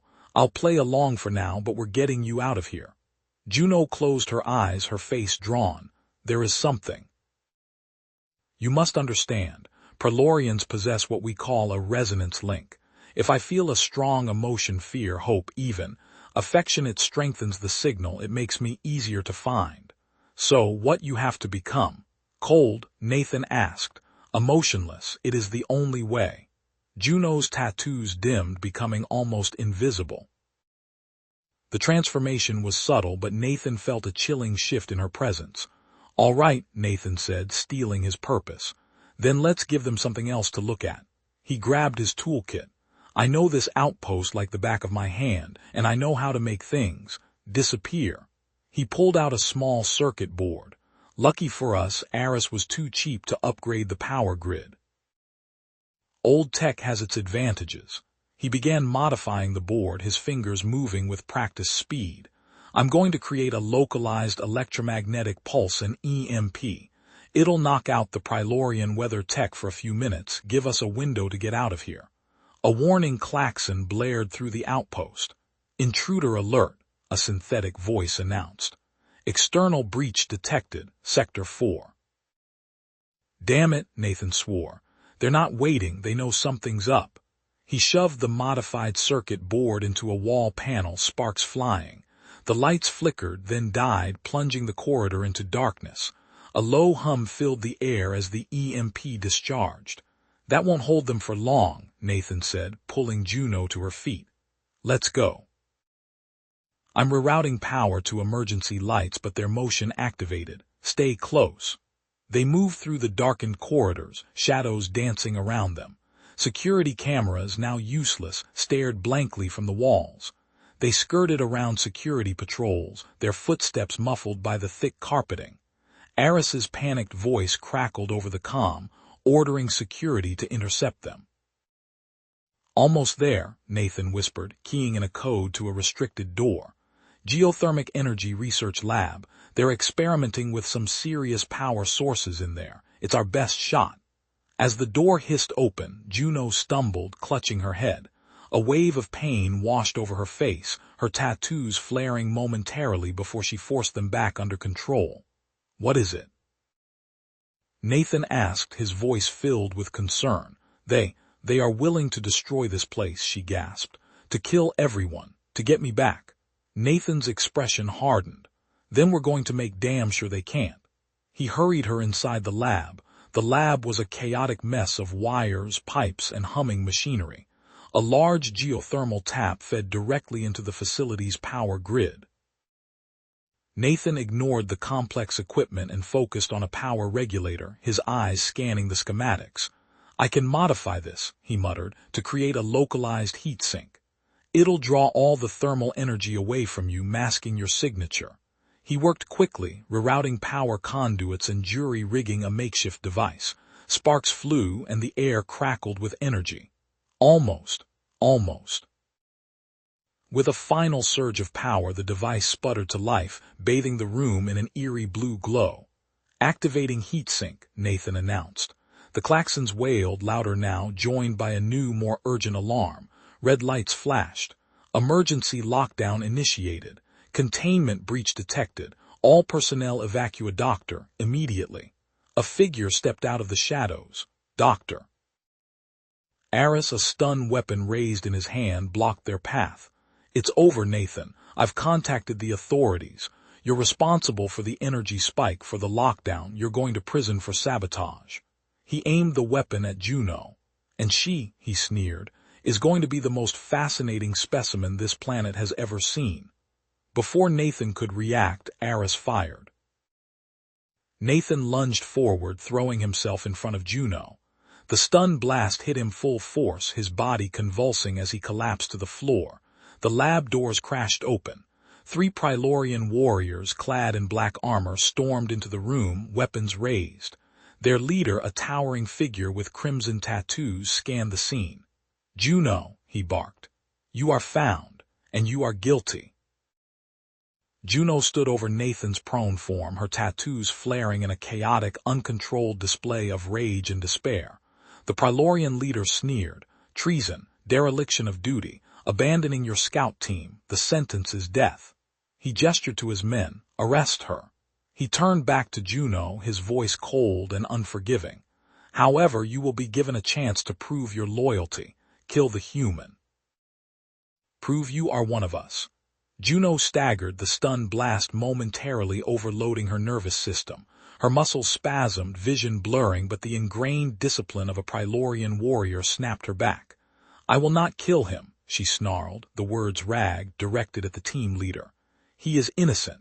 He saved my life. The team leader, a hulking Prylorian with scarred mandibles, spat. Compromised. You've been infected by their weakness, Juno, corrupted by the influence of this lower species. With a guttural cry, Juno lunged, not at Nathan, still slumped against the wall, but at her superior. Her movements were a blur, a whirlwind of trained reflexes. She struck with open palms, targeting pressure points, leveraging her superior speed and agility against the team leader's brute strength. Juno's bioluminescent tattoos flared with blinding intensity as the fight escalated, cycling through rapid patterns of crimson and violet. The shifting light disoriented the other Prylorians, disrupting their targeting systems, buying Juno precious seconds. The lab stank of ozone and alien musk. Nathan groaned, consciousness returning in painful increments. His head throbbed and his vision swam. He blinked, trying to focus, and saw Juno locked in a desperate struggle, her tattoos blazing. He understood instinctively that she was fighting for him. His gaze fell on a severed power cable, sparking erratically near the wall. Ignoring the searing pain in his side, he began to crawl towards it, each movement a monumental effort. Reaching the cable, Nathan ripped it free, ignoring the jolt that ran through him. He frantically stripped away the insulation, exposing the bare wires. It was a crude weapon, a desperate gamble, but it was all he had. Rising to his knees, he lunged forward, slamming the makeshift taser against the back of one of the Prilorians. The alien convulsed, his armored body spasming as electricity coursed through him. He collapsed, unconscious. The team leader, momentarily distracted by Nathan's interference, lost his advantage. Juno, quick as a striking serpent, used the opportunity to disarm him, sending his energy pistol skittering across the floor. She dove for it, snatching it up just as the team leader recovered. Instead of aiming at the Prilorians, Juno swung the pistol towards the lab's environmental control panel. 3 precise shots shattered the delicate instruments. Alarms blared as the artificial atmosphere began to vent into the near vacuum of space. The Prilorians, accustomed to a denser, warmer environment, gasped for air, their movements slowing. Juno, with her adaptable physiology, seemed only slightly affected, showcasing her resourcefulness and quick thinking. Nathan, already struggling from his earlier injuries, felt the air thin in his lungs, but he understood her plan. Coughing, he scrambled towards Juno. "Maintenance hatch," he rasped, pointing towards a barely visible panel in the wall. Juno nodded, firing a parting shot to keep the remaining Prilorian at bay. Together, they wrenched open the maintenance hatch and squeezed inside, sealing the door behind them just as the team leader reached it. Inside the cramped tunnel, the Prilorian team leader roared in frustration, his voice distorted by the rapidly thinning atmosphere. "Find them! She is a traitor! She must be punished!" Gasping for breath, Nathan and Juno crawled through the narrow maintenance tunnels, the cold metal biting into their skin. "Aris," Nathan wheezed. "He's not just watching, he's helping them." "How do you know this?" Juno asked, her voice strained. "Security protocols," Nathan explained, wincing as he shifted his weight. "They've been overridden, someone with high-level access." "Aris." As if to confirm his suspicions, the tunnel lights flickered and a mechanical voice announced, "Emergency lockdown initiated. Sector 7 under quarantine." "He's turned the outpost against us," Nathan said grimly. "The automated defenses." Juno touched his arm, her bioluminescent tattoos pulsing with a faint blue light. Thermal signature approaching, rapidly, heavy weapon. Security drone reprogrammed. Despite his injuries, Nathan's mind raced. He needed a distraction, something to draw the drone away. He spotted a discarded power cell and a section of metal conduit. "Help me with this," he said, his voice urgent. Working together, they jury-rigged a makeshift device, connecting the power cell to the metal conduit. Nathan calibrated the energy output, creating a false heat signature that mimicked a humanoid form. He tossed the device down a side tunnel. The drone, its sensors locked onto the false signature, whirred past their hiding place, its heavy weapon swiveling menacingly. "Now," Nathan said, pulling Juno after him, "before it circles back." They slipped past the drone's patrol route and emerged into a disused section of the outpost, the hydroponics bay. The air was thick with the smell of decaying doctor, etation, and stale water. Back in the security control room, Dr. Aris watched them on a monitor, his face contorted with frustration. "They're more resourceful than I anticipated," he muttered. "But they won't escape me." He keyed a comm channel. "Prilorian team, the fugitives are located in the hydroponics bay. I suspect they are planning to sabotage the life support systems." The Prilorian team, now equipped with environmental suits, cornered Nathan and Juno in the hydroponics bay. The team leader leveled his weapon at Juno. "Surrender the human, Juno, and I promise you a swift death." Continue to defy us and you will suffer a fate worse than oblivion. Dr. Hand's gaze flicked to the security monitor in the corner of the bay. Dr. Aris was there, watching them, a triumphant expression on his face. The betrayal was complete. The Prilorian team leader repeated his demand. Juno, your choice. Surrender the human or DRE execution. Before Juno could respond, a klaxon blared. Red lights flashed. Dr. Aris, his face now a mask of cruel satisfaction, activated the bay's emergency quarantine system.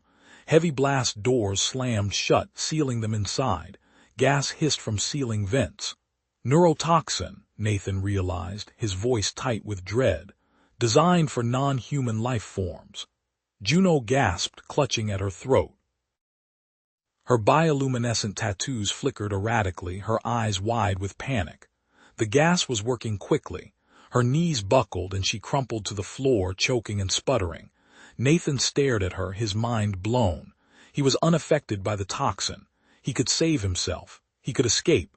But Juno was dying, moments from death. He had an impossible choice to make. Nathan, ignoring the tremor in his own hands, expertly administered the counter-agent. The vial, salvaged from his modified first aid kit, contained a synthesized protein based on theoretical Prilorian biochemistry, a gamble based on a xenobiology lecture he barely remembered. He pressed the injector against Juno's pale arm, praying it wasn't a death sentence. He didn't wait to see. While Juno gasped, her breathing still shallow and ragged, Nathan sprinted toward the hydroponics bay's environmental control panel. He hit his fist against the emergency override, disabling the system. Warning klaxons blared as the bay doors sealed shut. Reserve oxygen, he yelled, grabbing 2 tanks from the emergency supply closet and wrenching open their valves. The hiss of pure oxygen filled the bay, slowly displacing the neurotoxin.